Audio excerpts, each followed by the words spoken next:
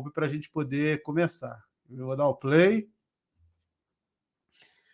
E é isso aí, estamos ao vivo para todo o Brasil e a Bolsa subiu, sextou com a Bolsa em alta. 13 dias consecutivos de queda e temos uma alta na Bolsa hoje. Tímida, mas uma alta. Apenas com investidores aproveitando as pichinchas que aconteceram e aí comprando. Nenhum novo dado assim tão assustador, embora os dados da China não animem ninguém. Vale cai, virou para queda, estava positivo a maior parte do dia, mas virou para queda. Petróleo positivo, isso ajuda a Petrobras a positivar também. Varejo, bancos e uma série de setores que foram muito amassados recentemente, investidores atrás de pichinchas, fizeram a Bolsa subir levemente. O lado político, a gente não tem nada atrapalhando, na verdade, a gente deve ter aí reforma ministerial, que vai destravar o calabouço fiscal, o arcabouço fiscal, e dessa vez eu falei sem querer mesmo, não falei brincando, né? O arcabouço fiscal, que deve andar lá no Senado por conta da reforma ministerial, então, assim, isso é até positivo, a gente não tem nada atrapalhando, e como caiu muito, os investidores aproveitando as pichinchas, tá? Mira, que pichinchas? Aí é uma questão de olhar quem caiu muito, quem ainda tem espaço para cair e quem só fez uma correção. Quem caiu muito e provavelmente já chegou num fundo e talvez ande de lado, e aí é bom ficar de olho, tipo Vale, é bom ficar de olho, embora a gente não tenha perspectivas assim tão positivas sobre China, mas Vale caiu para caramba, né? Chegou na região de suporte. Banco do Brasil segurou na região de suporte, fez só uma correção. Então você tem que olhar ativos desse tipo. Bradesco está no meio do caminho, eu prefiro esperar uma decisão. Então é esse tipo de análise que você tem que fazer nesse momento para quem caiu muito, quem já caiu de forma exagerada, quem só corrigiu e tem espaço aí para subir, ou quem está ali no meio do caminho. Né? Acho que essa é a melhor análise nesse momento para tentar ser mais assertivo e assertivo na escolha dos ativos, tá? Vamos olhar lá o gráfico do Ibovespa, como é que ficou, porque ele estava feio, né? As médias cruzaram para baixa para começar um movimento aí de queda, e vamos ver como é que ele ficou, não só o Ibovespa, mas também Bitcoin, esses ativos. E, claro, podem mandar aí os comentários de vocês, pedir os ativos. Ismael já pediu aqui Ripple. Vamos olhar daqui a pouco as criptomoedas. Ibovespa, ó, positivou aqui. Positivou abaixo da média de 72 períodos, né? Ele vai abrir segunda-feira aqui, né? Que ele abre no valor de fechamento do dia anterior. E vamos ver se ele recupera e passa a trabalhar de volta acima da média de 72 períodos. E aí, a média de 9, o que ela vai fazer? Ela vai começar a andar de lado. Se o Ibovespa fizer esse movimento aqui, ó, a média nem chega a cruzar e não entra em tendência de baixa. Se fizer isso aqui, subir uns 3 dias seguidos, aí a média vai... Vermelho mesmo. A média tende a ficar aqui e ficar bem comprimida, mas talvez, dependendo da amplitude desses candles, óbvio, mas talvez as médias nem se toquem nem reverta para baixa. Agora, se ele fizer isso aqui segunda-feira, um candle vermelho para baixo, se romper a mínima, por exemplo, dos 114.423, aí é chão, aí não tem jeito. A gente começa a olhar lá para a região dos 108 mil pontos, tá? O que é uma região interessante, o que é uma movimentação interessante, porque muita gente projeta aí o Ibovespa no final do ano, várias casas de análise, corretoras e bancos, aqui nesse intervalo de 125 a 130. Então, se ele cai a 108, para voltar lá para os 130 no final do 125 no final do ano, você tem aí quase 20 mil pontos, né? O que é bem interessante. Agora, se ele estiver lá nos 20, ele já não vai ter muito o que subir até o final do ano. Então, a gente tem valorizações menores. Então, vai ter que garimpar muito mais. Quanto mais cai, mais interessante fica. Torcer para ele continuar caindo, né? Para que vocês tenham mais oportunidades na compra. Quanto ele mais ele sobe, melhor é para quem se posicionou. Eu, por exemplo, me posicionei quando ele estava lá embaixo. Quando estava aqui, ó, comprei tudo no primeiro semestre. Segundo semestre, o que, que eu tenho feito? Julho eu saí de férias e o resto é trade. Junho eu já estava nessa de fazer trade. Minhas alocações foram de janeiro quase nada, né? Férias também, mas foram de fevereiro a maio, mais ou menos. Esse intervalo aqui. Não fiz quase nada aqui no fundo, mas nessa meiuca aqui foi onde eu aloquei. Aloquei em fundo imobiliário, ação, tudo que eu queria fazer. E aí agora é esperar. Se ele cair aqui, tomara que ele volte para vocês terem a oportunidade. Para mim, o melhor é que ele suba. Já aloquei tudo que eu podia e que eu não podia. Então, inclusive, eu já estou naquela fase de olhar para ver o que subiu muito, que eu posso vender um pouco e para alocar em outros ativos, coisas que subiram muito, e aí, de repente, eu estava olhando com carinho lá para a Leve 3, porque já me deu mais de 100%, acho que 120% ou 130% de retorno, e aí começar a avaliar o potencial de valorização daqui para frente. Porque quando um ativo começa a andar de lado, ele começa a comer o retorno passado que você tem. E aí eu já estou pensando, se eu preciso de dinheiro para aproveitar outras oportunidades que eu quero, eu vou ter que fazer o quê? Já gastei toda a reserva de oportunidade. Vou correr atrás para repor. Mas, enquanto isso, o que eu vou fazer? Eu vou girar alguns ativos na carteira, fundos, coisas que eu posso girar para pegar outras oportunidades. Tá? Estou começando a fazer essas análises. Dolinha dia negativo para o dólar, mas dólar passou a operar acima da média de 72 períodos, querendo ficar aí entre os R$ 4,90 e os R$ 5 até o final do ano, né? O Boletim Fox projeta ali o 4,95 para o final do ano, só que a média de 72 períodos joga ele um pouquinho para cima. Vamos ver aí como é que ele vai se comportar. Está querendo reverter a tendência de baixa para a tendência de alta. Se ele ficar por aqui, realmente assume tendência de alta. Petri mais um dia positivo, né? Junto com o petróleo. E aí ela está pouco a pouco subindo. Eu ia fazer uma Smart Hedge em Petri, mas como ela está aqui subindo, querendo subir, eu falei, vou esperar ela passar aqui esses R$ 32. Se ela der pinta que vai fechar acima de R$ 32, aí eu faço a Smart Hedge aí, de repente eu compro mais umas 5.000 ações e protejo com o Smart Hedge. Estou só esperando ela subir mais. Algumas pessoas perguntaram aqui de Vale. De Vale. Vale hoje fechou positivo. Acho que fechou negativo, né? Fechou negativo, bem abaixo do fechamento de ontem, então foi negativo.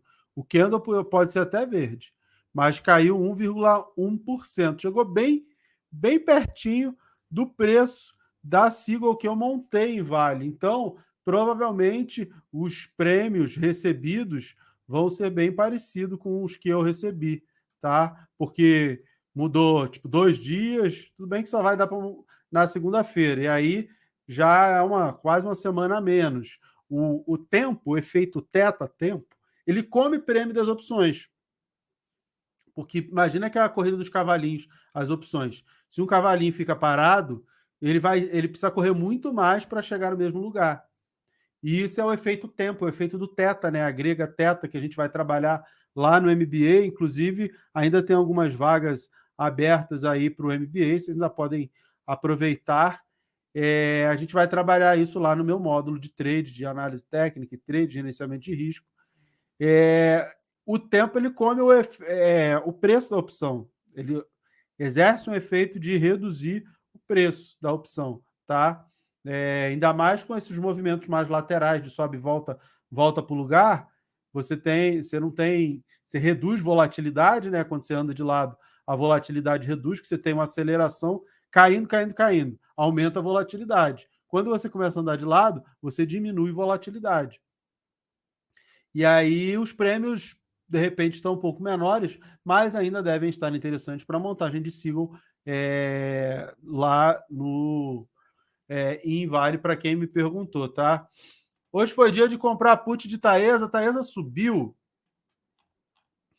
Não é que foi dia de comprar put, Leopoldo, isso é uma outra coisa que a gente vai falar lá no MBA.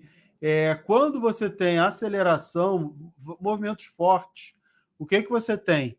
Você tem aumento de volatilidade. Quando a volatilidade dos ativos aumenta, as opções, o prêmio das opções tende a aumentar também. Assim, se a volatilidade aumenta. Na queda, a ação está caindo com força, você tem um aumento do prêmio das puts. Então, embora hoje Taesa tenha subido, as puts ainda devem estar caras. Hoje, mais baratas do que estavam ontem, tá? Justamente porque subiu. Mas elas ainda devem estar caras. E aqui fica uma dica para vocês.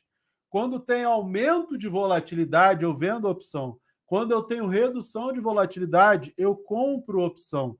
Por isso que quando eu fiz a Seagull lá em Vale, eu vendi put e vendi call coberta.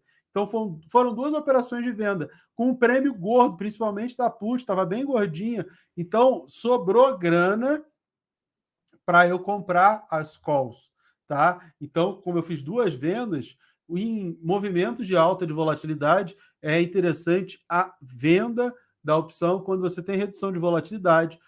É interessante a compra da opção, porque é igual o banda de Bollinger. A boca de jacaré abre. Ela mostra o quê? Volatilidade, né? Você tem ali o desvio padrão, que é uma métrica da volatilidade, né? Por quê? Porque desvio padrão é a raiz quadrada da variância. A variância é o quê? É o quanto variou naquele período que você está olhando. Então, volatilidade significa maior variação. Então, acaba derivando uma coisa da outra. E aí, se na banda de Bollinger a boca de jacaré abre, aumentou a volatilidade. O que você espera? Que feche, que reduza a volatilidade. Por isso que quando aumenta muito a volatilidade, você vende opção. Quando reduz a volatilidade, você compra opção, porque você acredita que o movimento seguinte, o período seguinte, vai fazer um movimento contrário, tá? Por isso que compra de put de Taesa, legal, mas provavelmente ainda está um pouco cara, tá? O ideal era comprar se ela andasse de lado, porque aí ela vai reduzindo a volatilidade e reduzindo o prêmio, e aí você se protege. A compra de put é só para proteger, né? Você quer se proteger, que ela caia um pouco mais. Porque essa especulação de queda deveria ter sido feita aqui, ó, na perda desse suporte. Quando rompeu aqui essa região, aí, beleza, aqui você podia ter comprado put. Agora que ela já caiu e está querendo ver se vai chegar lá nos 33, que é o alvo dela, ou se vai ficar aqui pelos 34, aí é uma aposta mais arriscada. Beleza?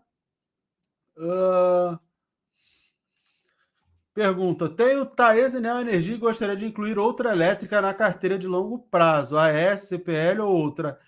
Copel já subiu muito, então eu não colocaria Copel, porque ela já subiu muito. A AES estava caindo e estava com preço interessante, então eu colocaria a AES nessa carteira. Ela está parando por aqui, ó, andando meio que de lado. Queria que ela caísse aqui até uns 10,50, mas está no 10,80, não está ruim, está melhor do que quando ela está quase 13, né? Ela vai aqui 12 para 13 reais, comprar perto de 10 tá interessante. Então, nessa escolha aí, eu colocaria essa.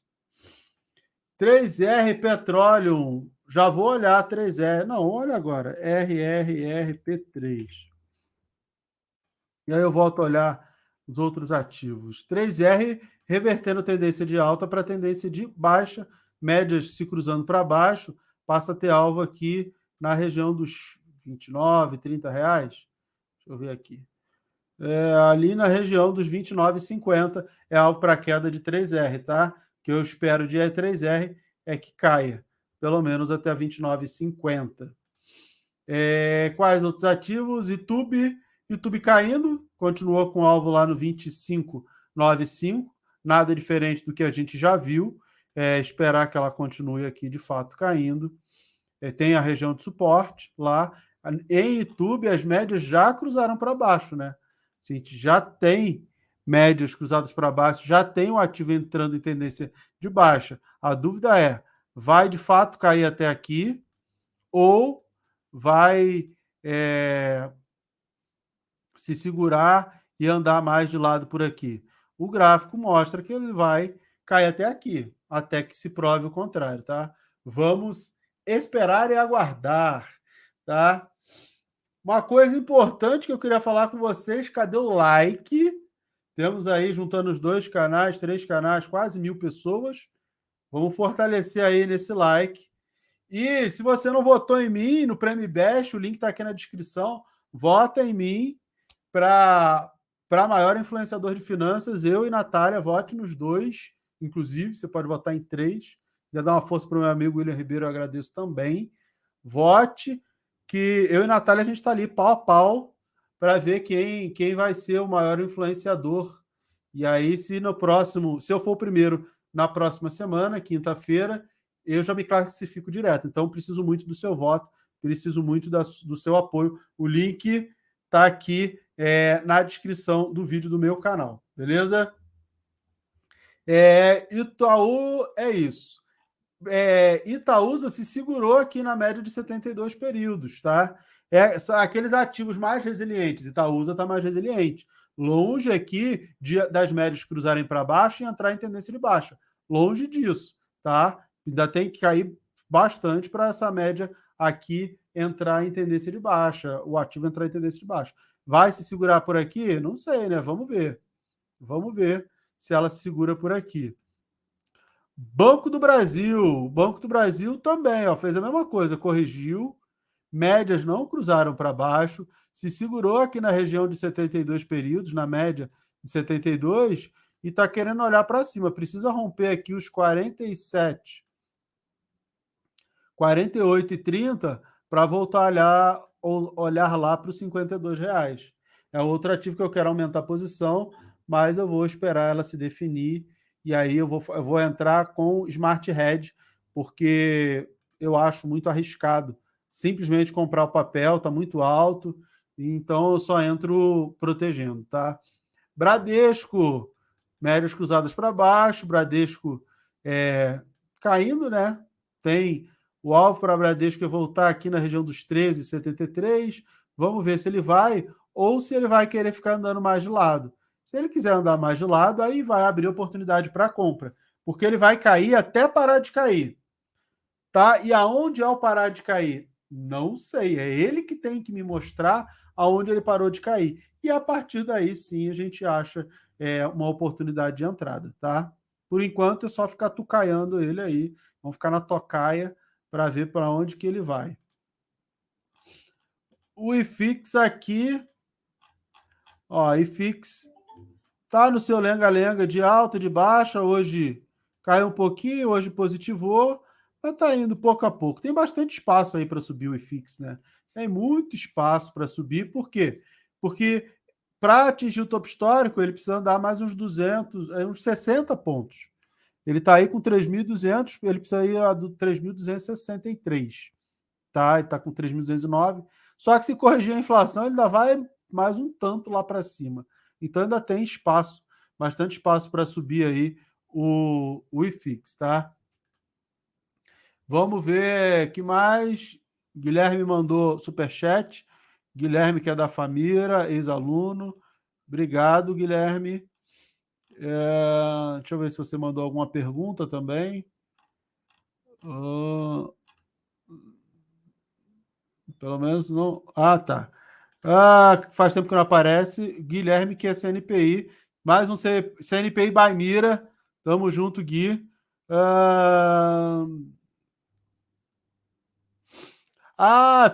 Leu meu livro.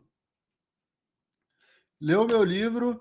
E no livro eu conto que eu fiz um trade muito bacana em BB Seguridade. Foi o trade que eu mais ganhei dinheiro? Não. Mas isso foi quase 10 anos atrás e me deu dinheiro para comprar um carro, né? Então, assim, trocar de carro, né?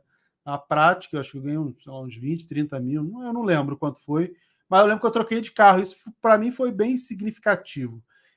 O que eu estudei no IPO? O IPO você não tem gráfico, é primeiro lançamento de ações no mercado. O que eu estudei para entrar no IPO? Primeiro, eu entrei com, eu não lembro se era 14% ou 17% de desconto por ser funcionário do Banco do Brasil. Então, do preço do IPO já tinha um desconto bom. Isso aí já valia muito a pena. E era é um setor de franco crescimento, uma empresa que, diferente de OGX, de empresa de PowerPoint, a BB Seguridade ela já dava um retorno muito grande, já era muito significativo o trabalho que a gente fazia no Banco do Brasil, de previdência, de um monte de coisa. Então, ela já era uma empresa muito grande, ela já dava muito resultado, já era uma empresa com resultados muito positivos. Então, era a oportunidade de entrar numa boa e grande empresa. Isso pesou. E claro que a avaliação do setor, o setor de franco crescimento, o setor de seguros no Brasil, 10 anos atrás, então, pô, tava, não é que estava engatinhando, as pessoas estavam despertando mais por esse interesse. E ainda tem muito espaço para crescer todo o setor. Então, foi um conjunto de análises mais fundamentalistas que me fez entrar no IPO de BB Seguridade. E eu tive lock-up, eu fiquei 4 meses proibido de vender. E aí, depois que liberou, eu vendi. Coisa que me fez me arrepender. Mas trade é trade, né? Dinheiro bom, lucro bom é lucro no bolso. Esse gráfico aqui é descontado, e eu estou falando dessa época aqui do IPO dela. Eu entrei no IPO, que era o preço era, acho que era aqui, e aí depois ela caiu, e aí depois subiu. E aí, sei lá, eu vendi, acho que aqui, ó. Acho que eu vendi ela aqui, botei o lucro no bolso. Tudo bem, eu comprei mais barato, né? Porque eu já entrei com desconto. Então, eu botei um belo lucro no bolso. Só que olha o que ela fez depois disso. Tipo, para mim era trade, né? Ela saiu daqui e foi até aqui, né? Tipo, no preço ajustado, se eu tivesse segurado, eu já fiz essa conta. Se eu tivesse segurado, eu não tinha comprado o carro, eu tinha comprado um apartamento com esse lucro. Tudo bem, a gente está falando de 10 anos. O IPO foi em 2013 e a gente está em 2023, são 10 anos. Mas ela deu uma valorização de mais ou menos, vamos botar aqui bem mais ou menos, 250%. Nem foi das maiores, porque são 10 anos, né? Se você fizer a média, dá 25% ao ano. O que é muito bom, mas a juros compostos dá menos do que isso. O CAGR, com certeza, a TIR seriam menores do que isso, mas ainda estaria excelente. Tá? Aqui já considerando preço descontado a dividendos. Claro que aqui não considera, isso é um erro na maioria dos estudos de comparações que a gente tem para a Bolsa de Valores, porque aqui eu não considero reinvestimento de dividendos. Se eu tivesse reinvestido todos os dividendos desde lá de 2013 até aqui, o retorno não seria 250%, seria absurdamente mais, porque aí você provoca o efeito juros sobre juros. Por que o gráfico não mostra isso? Porque o gráfico não tem como saber a que preço você comprou as novas ações quando recebeu dividendos. Você comprou que dia, que horário, que momento, no dia que ficou X ou no dia que o dividendo caiu na sua conta? No preço de abertura do dia que o dividendo caiu ou no preço de fechamento ou no melhor preço do dia ou da semana? Não tem, por isso que não tem como fazer esse cálculo. Agora, quando você coloca isso em perspectiva, o reinvestimento dos dividendos, aí você vê que a Bolsa é completamente diferente dos estudos que a galera compara a CDI com o Ibov. É completamente diferente, porque os gráficos que a gente tem, eles são apenas descontados a dividendos. Na melhor das hipóteses, descontado a dividendo. É isso. Que pega o preço e aí no dia que ele fica X, você atualiza o preço para trás do valor do dividendo pago. E é só isso, aí vai atualizando. Por isso que ela está aqui a 7 e pouco e o preço real do IPO não foi esse, tá? Deixa eu tirar aqui o desconto a dividendos, que aí ele mostra o preço foi na casa dos R$16. Eu comprei, acho que por 13. Acho que foi 12 ou 13 que eu consegui comprar na época. E aqui, ó, você olha que ela andou de lado. Mira, caramba, ela andou de lado, ela está ao mesmo preço que ela estava em 2014. Mesma região de preço. Só que ela pagou um caminhão de dividendos de lá para cá, e aí quando você coloca o preço já descontado a dividendos, você entende que a ação subiu e valorizou para caramba, tá?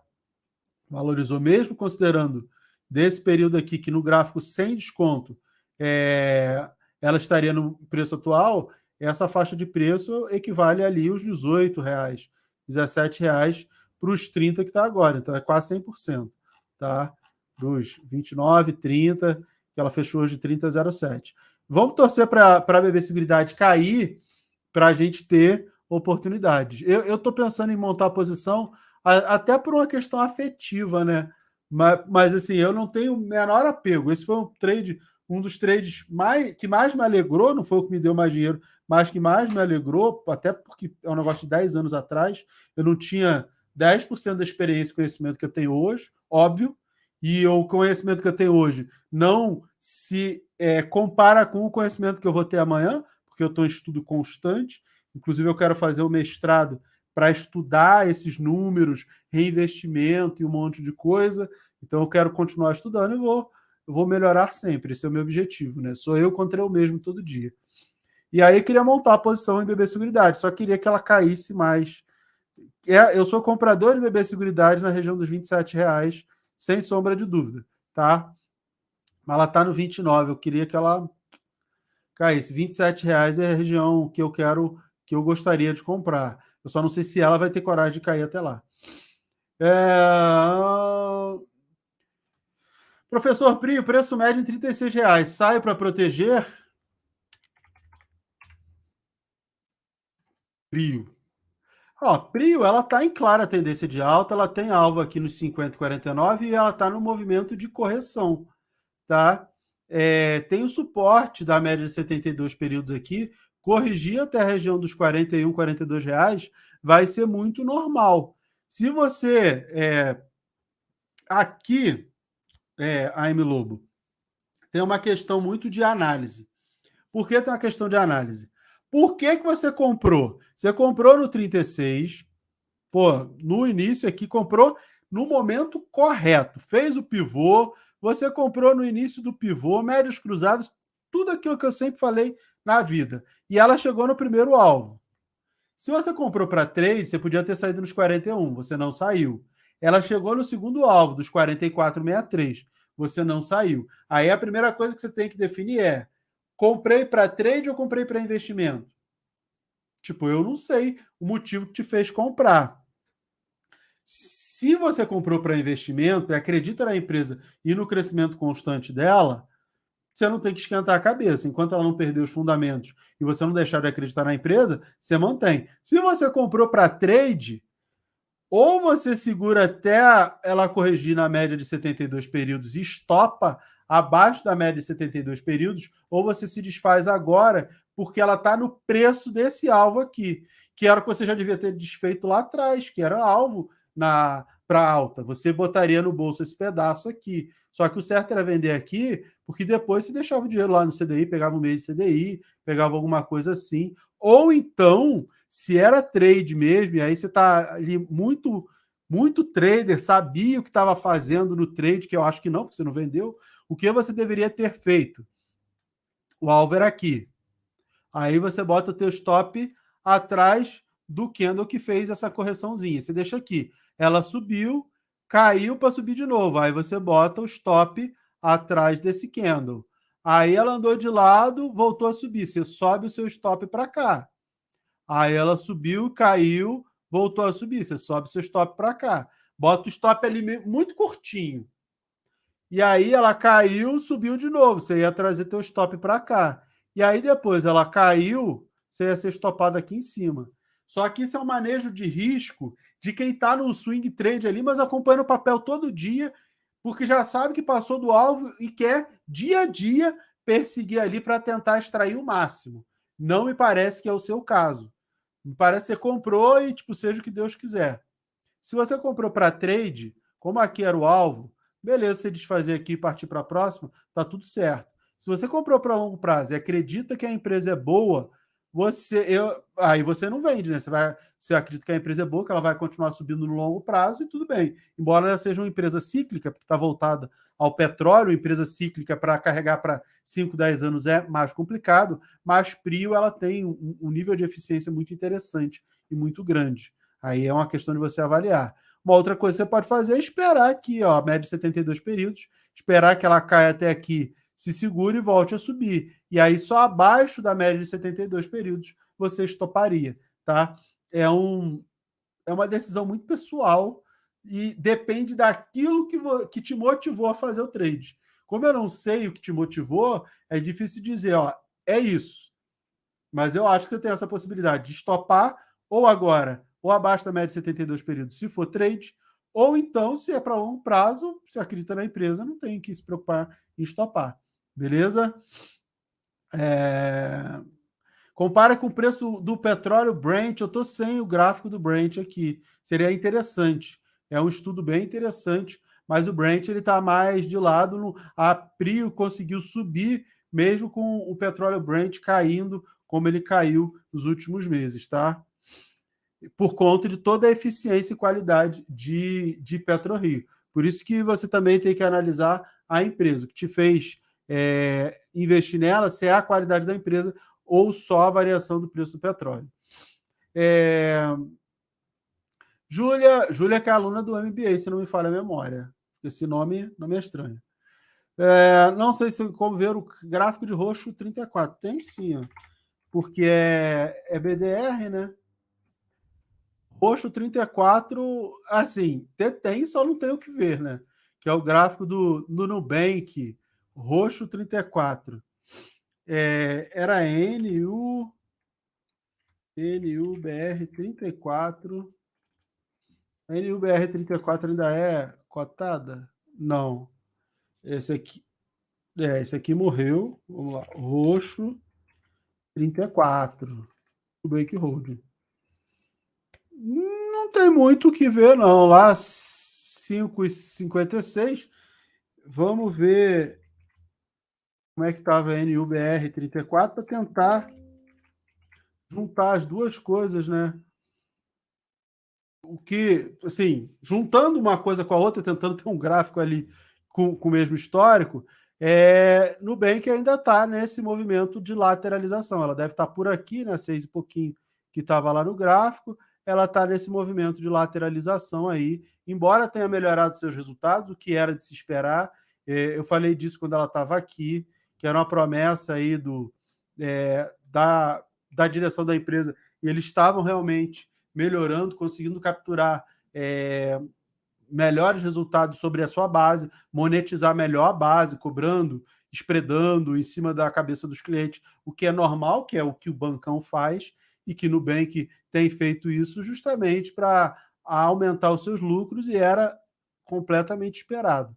O que eu acho e continuo achando, vai ser difícil eu mudar de ideia, é que a avaliação que se fazia de Nubank lá no IPO, que ele inclusive valia mais do que o Bradesco, que o Itaú, que é um banco que dá resultados consistentes e sólidos, ano após ano, sempre se superando. Eu acho que não faz o menor sentido você comparar Nubank com o Itaú. Mas eu tenho uma quantidade gigante de clientes. Isso não faz a menor diferença. O importante é quanto você consegue monetizar. Mas o Nubank vai tomar todos os clientes do Itaú. Não faz diferença. Ele vai cobrar as mesmas tarifas do Itaú? Não vai. Então ele não vai ter o mesmo lucro. Se ele não vai ter o mesmo lucro, não faz sentido ele custar mais do que o Itaú, entendeu? É justamente isso. Quanto mais o Nubank cobra, mais ele se aproxima de um bancão. Só que aí ele vira um bancão que não tem nem agência para você tomar um café. Por isso que é difícil de acreditar o Nubank vai dominar o mundo. Eu acho que o Nubank vai melhorar suas margens, vai melhorar a receita, vai aumentar lucro, vai conseguir monetizar melhor a base. Tudo isso eu acredito que, me parece, se eles não fizerem muita besteira, e a Cris Junqueira é mega experiente, era do Itaú, inclusive, então sabe o que está fazendo, eles vão fazer um bom trabalho e vai dar retorno. Só que não dá para comparar com um bancão gigante que não é Itaú, né? Aí é um pouco demais, tá? Mas eu acho que o Nubank tende a valorizar, sim. O gráfico já mostra aí a evolução, o crescimento de Nubank.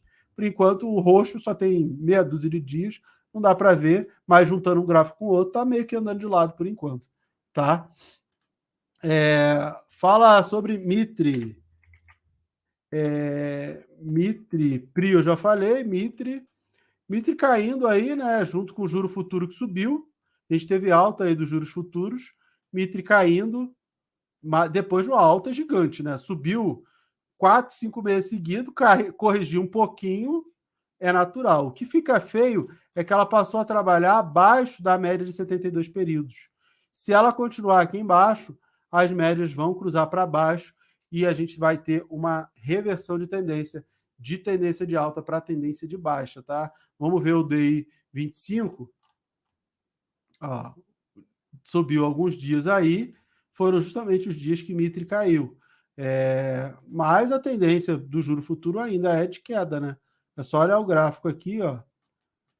Caindo, caindo, caindo, caindo. Claro que vai chegar um patamar que ele vai parar de cair. Por quê?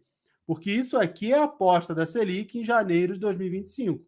É isso que significa aqui, ó. DI, depósitos interbancários ou interfinanceiros de um dia.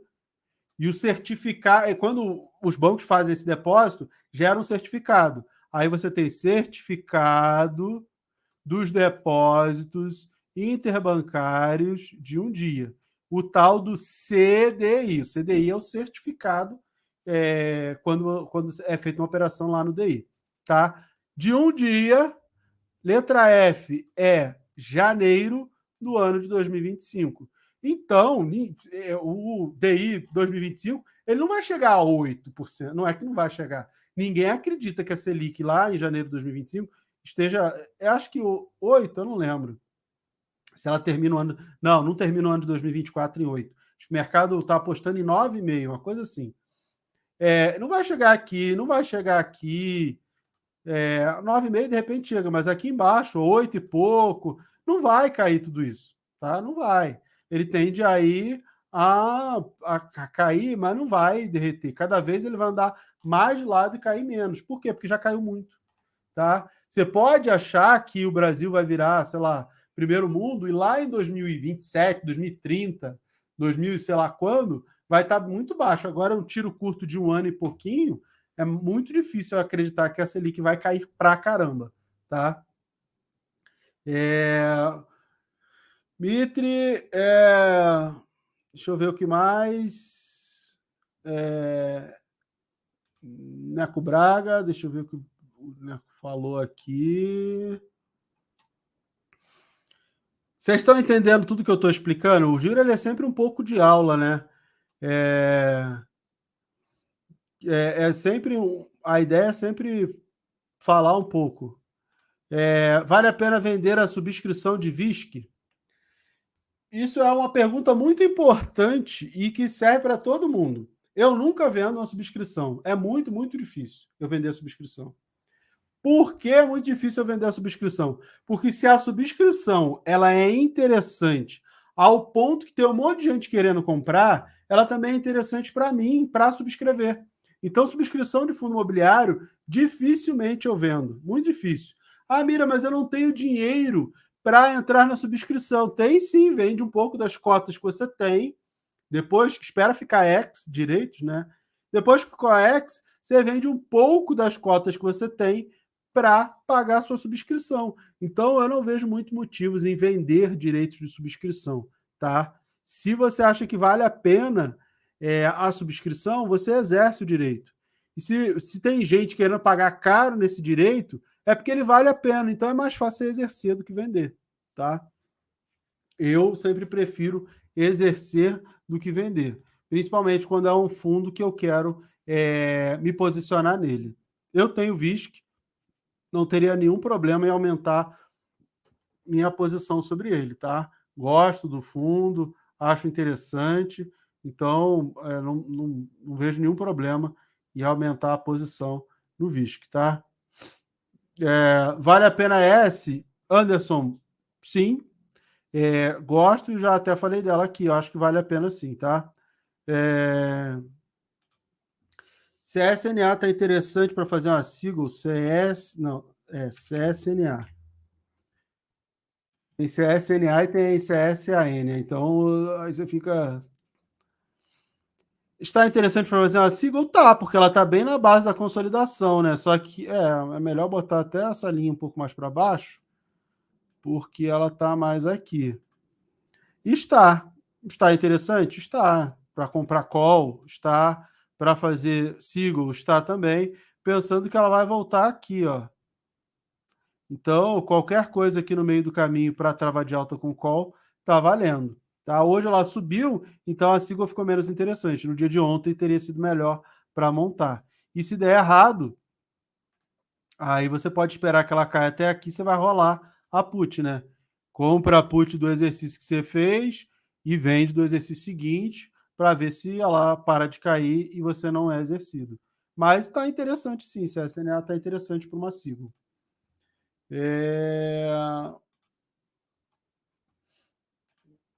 Denise, professor, o que acontece se você compra ou vende uma opção e a empresa sai da bolsa antes do vencimento da opção?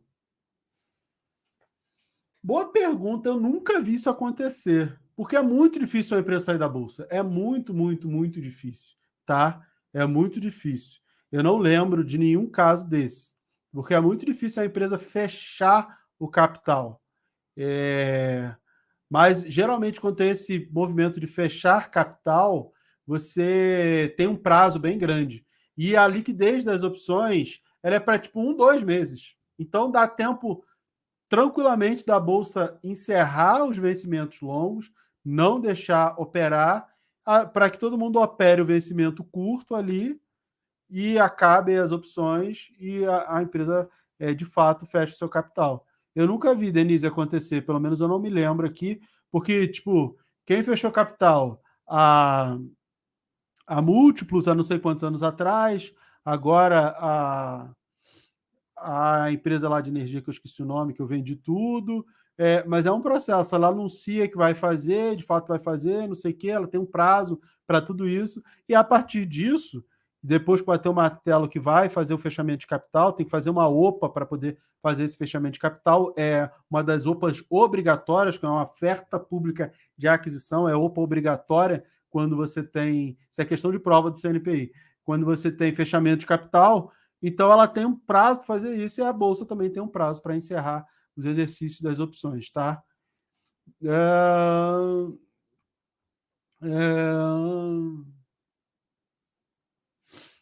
É... Deixa eu ver. O que mais vocês estão perguntando? Ah, o Felipe está perguntando aqui China 11. O ETF de China, né? China 11 está igual a Vale, né? Você olha assim, a China e você olha a Vale e aí você olha, meu movimento, está em tendência de baixa já há bastante tempo, né? Deu um respiro aqui sobre a média de 72 e voltou a cair. Mercado aí descontente com todas as promessas do governo chinês de estímulos, mas que nunca vem, nunca acontece aí nada de demais.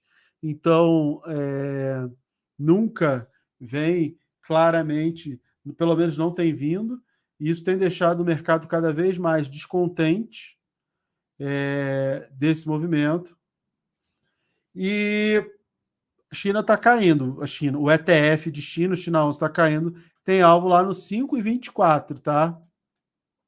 5,24 é alvo na queda do ETF, o China 11. Eu acho que, assim, a China vai voltar a crescer, vai crescer muito, vai. Uma hora com certeza vai. Só que aí, o que você tem que fazer? Você tem que esperar, porque a economia é cíclica, né? E aí você vai ter que esperar todo o final do ciclo de baixos para depois pensar em comprar o ETF, porque você vai operar a alta do mercado chinês, e aí você tem que esperar ciclo econômico. Eu acho que nesse momento é só esperar cair até parar de cair, tá? É o que eu faria. Nada, tendência aqui é de baixa e é isso. É esperar. Thaís falou, fala sobre FIIs. Ó, o IFIX está aqui. Alguém perguntou sobre BTLG. Vamos ver aqui. BTLG 11, se vale a subscrição de BTLG. BTLG. Eu estou vendo se eu entro aqui na minha conta para mostrar para vocês a subscrição, como é que faz. Mas BTLG, não estou conseguindo, acho que eu esqueci a senha. BTLG, ele tem uma distância pequenininha para a emissão. A emissão eu acho que está aqui no 101, acho que se não falha a memória é no 101, ele está aqui no 102. Eu gosto de um desconto de 5% e não está nesse nível. Só que eu vou subscrever, porque eu acho que ele não deve cair tanto assim. Então eu consigo comprar com um pouquinho de desconto, mas não é nada tão significativo, não. Tá? Eu vou comprar mais, vou subscrever mais, porque eu queria aumentar a posição no papel e ele deve voltar a subir. Ele já fez um topo aqui em cima, que a gente, com a queda da Selic, ele tende a valorizar. Caiu aqui mais por conta da emissão, tá? Mas estou tentado a, de fato, subscrever sim, mas não que seja um negócio de outro mundo, porque a distância ali é muito pequena. Se o fundo ficar, você subscreve aqui nesse preço. Aí o preço da cota fica andando aqui.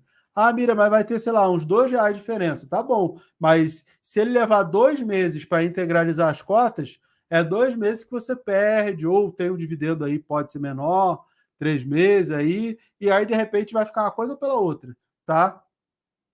Por isso que eu não gosto de diferenças tão pequenas para a gente. Para subscrição. Por isso que eu gosto pelo menos 5%, porque 5% em dividendos leva um tempo aí de 5, 6 meses, de repente, para ele conseguir gerar. E nesse período, com certeza, o prazo máximo que ele tem para integralização 6 meses, né? E aí, com certeza, daria tempo para você pegar e ter algum ganho de fato ali na subscrição. Quando a diferença é muito pequenininha assim, não vejo, olha, que grande vantagem, tá bom? HGBS 11. HGBS continua subindo, tem alvo lá nos 248.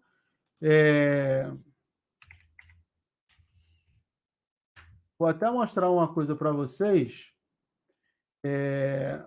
O HGBS é até interessante, porque o HGBS ele é um fundo de tijolo. Então, deixa eu botar aqui no Clube FI, HGBS 11, é da gestora Red Brasil, né? Vamos pegar aqui valor patrimonial dele. Preço sobre valor patrimonial. Ele está com valor patrimonial de 1. O valor patrimonial é 226, ele está no 227. Ah, Mira, então ele está valendo o que ele tem que valer. Aí não. Aí é diferente. Quando eu falo de valor de fundo de tijolo, eu não considero, Mira, não considero o valor patrimonial. Por N motivos. O primeiro deles, o laudo de avaliação pode estar defasado. Quando foi feita a avaliação dos ativos desse fundo? Não sei, tem que olhar lá na documentação dele para que você tenha um histórico. O normal, a maioria dos fundos faz a avaliação de seus ativos, os de tijolo, no final do ano, ali novembro, dezembro, outubro, novembro, por ali. De repente você está olhando a foto lá do passado. Fundo de papel e FOF, eles fazem mensalmente. Então você tem uma defasagem, sempre tem, mas às vezes de 15 dias, 20 dias, e não muda tanto assim num curto espaço de tempo. Já o fundo de tijolo, você pode ter aí um ano, sei lá, 11 meses de defasagem até a próxima avaliação, porque não vai fazer todo mês, porque você gasta dinheiro para contratar uma empresa de avaliação para fazer o laudo. Então você pode estar olhando uma foto defasada, por isso que eu não uso o preço ou valor patrimonial. O segundo motivo que eu não uso preço ou valor patrimonial para fundos de tijolo é que o retorno de um ativo é toda a capacidade de retorno futuro que ele tem. Então, não faz muito sentido eu olhar o preço ou valor patrimonial e considerar que aquilo ali é o valor do ativo. O valor dele é toda a capacidade que eu tenho de retorno. Todo dividendo, todo lucro, todo trade que o gestor fizer com ativo, comprando e vendendo, tudo isso que ele vai fazer nos próximos 10 anos, que é o período que a gente analisa, e depois a gente faz o desinvestimento do ativo, é o que a gente vai acreditar que é o valor desse ativo. Você vai pegar os retornos ano a ano, Pensando sempre numa taxa de crescimento, assim que a gente faz valuation de empresas, de fundos imobiliários, você pega o retorno ano a ano, pode ser em fases diferentes. Para empresas, a gente faz em fases diferentes e depois a perpetuidade. Para fundos imobiliários, a gente faz ou numa fase de 10 anos, ou até separa em 2, 5 e 5, 4 e 6, dependendo do que você acredita para o fundo. E depois, ao invés de calcular a perpetuidade, eu trago a valor presente, eu calculo desinvestimento. Por que isso? Porque depois de 10 anos, eu acredito que o fundo vai, os imóveis vão passar por reformas, e aí eu teria que refazer todo o cálculo considerando essa nova realidade. Então, isso é o que a gente faz, e inclusive é o que a gente vai trabalhar lá na MBA, sobre valuation, só que, claro, mais aprofundado do que eu faria, do que eu faço, porque aí vai entrar o Danilo, vai entrar um monte de gente para a gente falar sobre isso com mais profundidade, de uma forma mais profissional de valuation para fundos imobiliários, mas por isso que eu não uso a referência de preço ou valor patrimonial. E aí, o fundo está subindo, ele pode voltar lá graficamente? Graficamente pode, mas o ideal é fazer um valuation desse fundo para que você tenha uma melhor noção do valor justo dele. E aí, a partir do valor justo, você conseguir calcular o crescimento. Graficamente, ele está em tendência de alta, mas eu nem gosto de usar análise gráfica para fundos imobiliários. Eu acho que ela não é muito eficiente, tá? Claro que uma coisa bem clara: se eu tenho queda de Selic, um monte de coisa, isso é um fundo de shopping, é aquilo que eu falei para vocês, ele tem o duplo benefício. O benefício da queda da Selic, que melhora a precificação das cotas, e o benefício da maior circulação de pessoas nos shoppings com o estímulo do consumo, que é feito através da queda da Selic, tá? Mas o certo é você fazer um valuation para pensar. Thales Machado, que o Luiz falou, está despencando. Médias cruzadas para baixo, o ativo está caindo já tem uns dias, já perdeu esse fundo aqui e agora expectativa lá no 6,40. Está fazendo o quê? Ó? Vai cair até parar de cair. É isso aqui. Ó. Não tem muito o que fazer, tá? Não tem muito o que fazer. É isso. XPMOL vale a pena. Eu vou trazer a Alana e o Danilo aqui para a gente falar só sobre fundos imobiliários. Eles só analisam isso, né? Eles são da casa de análise do Clube FI, são meus sócios, amigos. O Danilo é o responsável head lá de fundos imobiliários. E eu vou trazer a Alana, que é analista lá, que também faz um trabalho fantástico, para a gente conversar. Vale a pena XP Malls? Sim, eu gosto. Subscrevi. Eu acho que subscrevi, não lembro. Mas ele fez subscrição e a expectativa dele é de continuar subindo, tá? Ele tem aqui no 118, é alvo. Vamos ver. A bolsa hoje acho que fechou mais tarde, né? Vale em leilão. Porque hoje é dia de vencimento de opções. Aí o fechamento é mais tarde e depois tem o aftermarket para a galera exercer.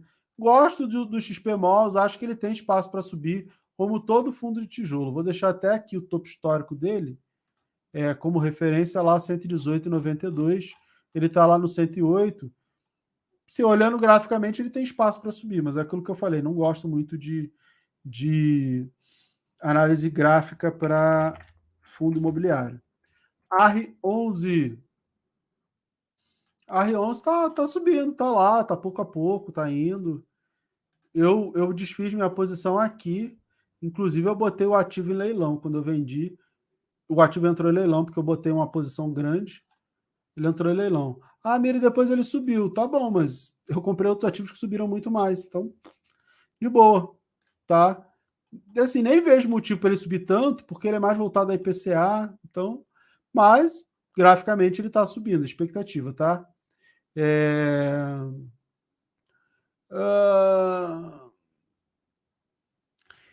Responde o João Vitor Alexandre. Eu olhei ontem BMG B4.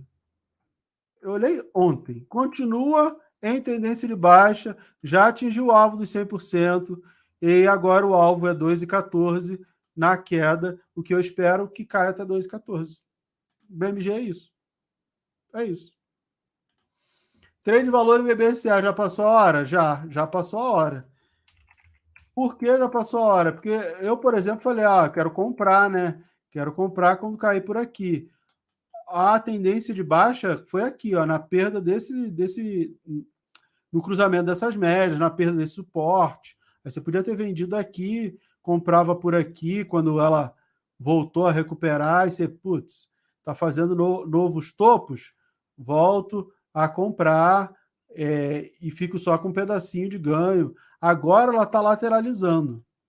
Eu só faria trade de valor se ela caísse muito, tá? Abaixo dos 28. Só que ela tem alvo nos 27, aí você vai ter que fazer um trade curtinho. Fica ruim, tá? Eu não faria trade de valor nela, não. Eu acho que fica bem ruim, tá, Denise? Eu acho que prefiro ficar de fora do que fazer trade de valor. Prefiro esperar ela cair. Eu vou esperar ela cair para comprar, tá?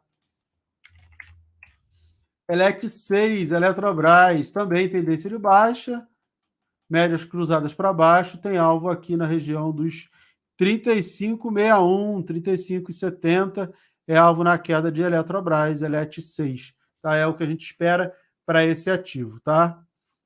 HGLG é um dos melhores fundos da Bolsa, a gente estava conversando isso na aula dessa semana, teve aula de valuation lá no curso de análise de fundos imobiliários do Clube FI, vai ter nova turma em outubro, começo de outubro, vai ter nova turma do curso, que é o melhor curso de fundos imobiliários do mercado e o mais barato também, é menos de R$1.000, ainda tem presença ao vivo lá, evento ao vivo, que eu vou participar, gestores, um monte de coisa lá, vai ser bem bacana.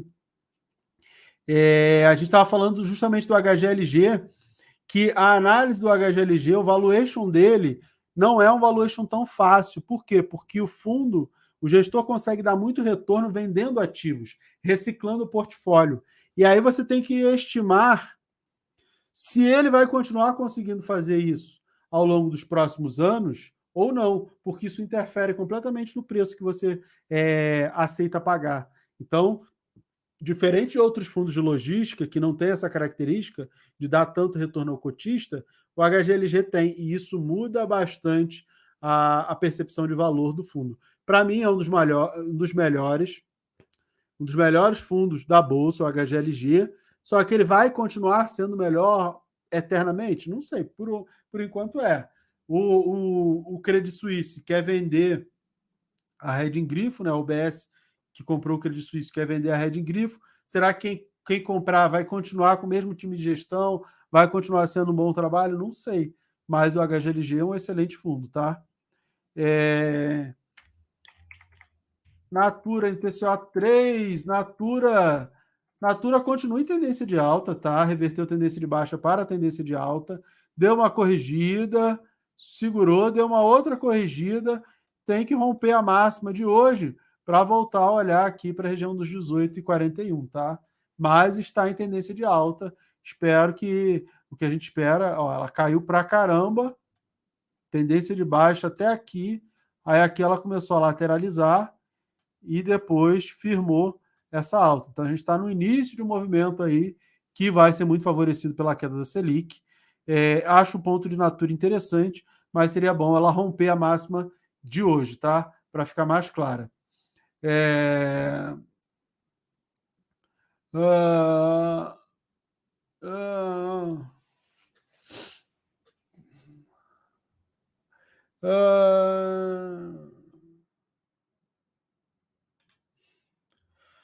Professor, fiz Smart Red em Petri 4 2 dias atrás. Tem como desfazer e refazer? Não, não tem. Você fez, está feito.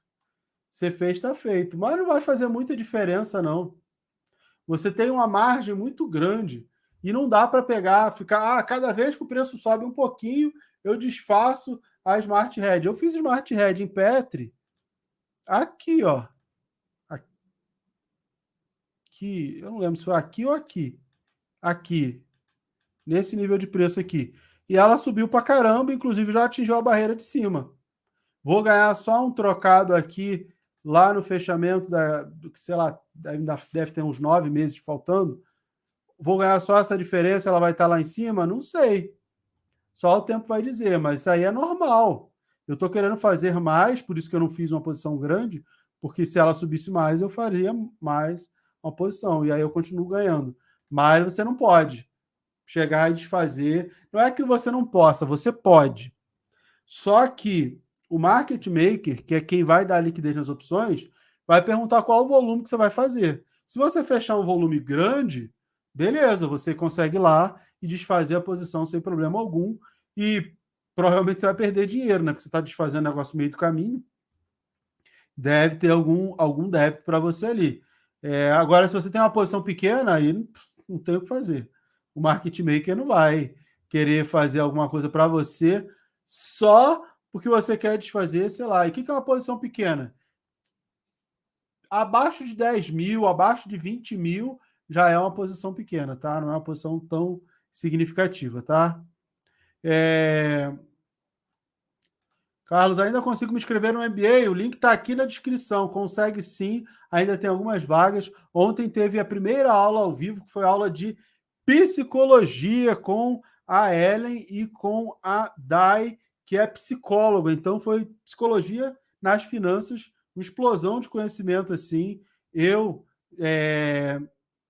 eu assisti a aula porque eu acho o conteúdo fantástico. Eu distante de ser qualquer coisa parecida com psicólogo. Eu, completamente distante. Eu sou fã do trabalho dos psicólogos, mas eu não entendo absolutamente nada. Então, foi muito legal, aprendi bastante coisa na aula lá e já está disponível para todo mundo, para todos os alunos que não assistiram. E quem entrar agora, continua assistindo, beleza? JHSF3.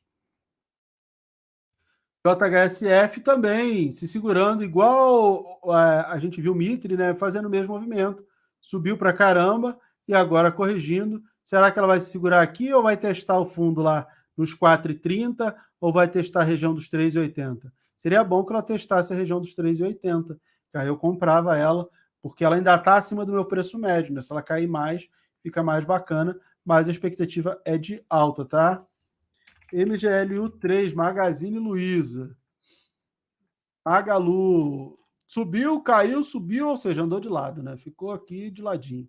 Eu queria que ela tivesse aqui no 2,53, mas ela está consolidando aqui na região dos 2,83, tá?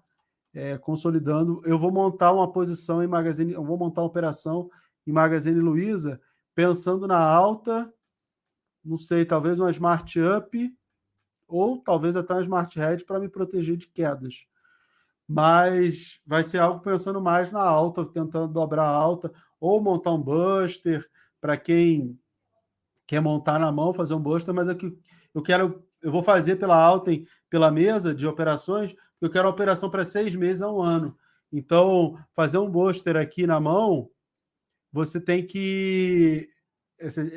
você tem o papel mais a compra da call, né? E aí você vende o dobro de calls para financiar a alta, né? A compra da call e tudo, mas você faz uma trava de alta com uma venda coberta de call. Só que se o papel cair, você participa de metade da queda do papel, né? Porque a call desvaloriza e a ação ela desvaloriza também. A call vira pó e a ação desvaloriza. Eu estou querendo montar porque ela está aqui nesse vai, não vai, vai, não vai. Nos próximos trimestres deve melhorar com a queda da Selic. Então, é possível que a gente tenha aí um up, mas varejo é cíclico. Então, para mim, varejo é trade, tá?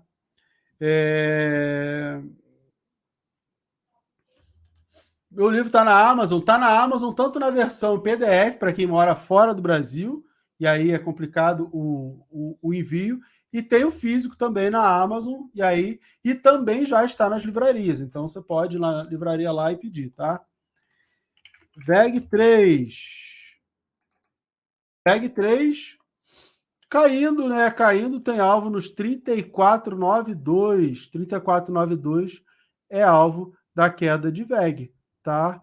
Subiu, caiu, montou aqui um pivô bonito, e aí chegou aí, rompeu, estopou no 39,40 VEG. Esse pivô aqui, inclusive, foi call de swing trade do Banco do Brasil, e eu acho que eles mandaram, porque eu recebo por e-mail análise, tudo que eu me cadastrei lá uma vez, e aí eles mandam essa operação. Claro que eu não fiz, porque se eu proteger minha posição lá atrás com o Smart Hedge, porque eu acho que não tem todo esse potencial de valorização, eu discordei completamente da análise, mas de boa, tá? E aí essa queda aqui, dentro daquilo que a gente já esperava, que ela ande ou numa consolidação. Por quê? Porque a economia mundial rateando é para a VEG cair. Mas aí o dólar sobe, dá uma segurada em VEG. A empresa é excelente, isso também dá uma segurada. Aí ela acaba nessa de vai e volta, nesse vai, não sabe se cai, não sabe se sobe, porque a qualidade da empresa sustenta de um lado, a queda da economia mundial derruba do outro e fica no mais ou menos. Se ela não fosse uma empresa boa, ela estava derretendo, tá? Está sendo exercido hoje, Agil. Rola para baixo. Rola para baixo.